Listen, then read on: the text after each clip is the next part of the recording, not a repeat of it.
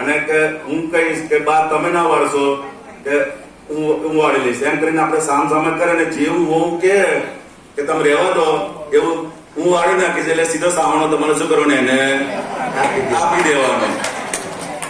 હવે બીજે દિવસ સવાર થઈ ને એટલે બા સાવણો લઈને મંડ્યા. એટલે એટલી વારમાં છોકરો આવ્યો. છોકરાએ કીધું કે બા તમે રહેવા દો, આ ઉંમરે તમે ક્યાં કામ કરો છો? એટલે બાએ કીધું ના ના કે જેન્ટ્સ હોય એને ઘરમાં કામ કરાય ને, એમ કરીને બે સામ સામે દલીલો કરતા. પેલી વહુ છે ને ત્યાં બારી આગળ બેઠેલી, અને ધીરે બારી ખોલી. શું કર્યું? બારી ખોલી કીધું કે તમે આ રીતે લડશો નહીં. કે શું કીધું? તમે આ રીતે લડશો નહીં, કે એક દિવસ બા વાળશે અને એક દિવસ કે આ ભાઈ વાળશે. શું કીધું? કે સંપ ત્યાં જંપ, બે જણ સંપીને રહો. કે શું કીધું?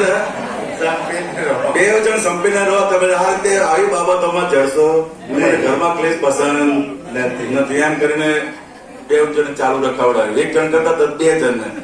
અત્યારે હવે આવું બધું છે. બધું કેવું છે? એક છે ભલે તો બે જણ સંપ કરાવી દીધો.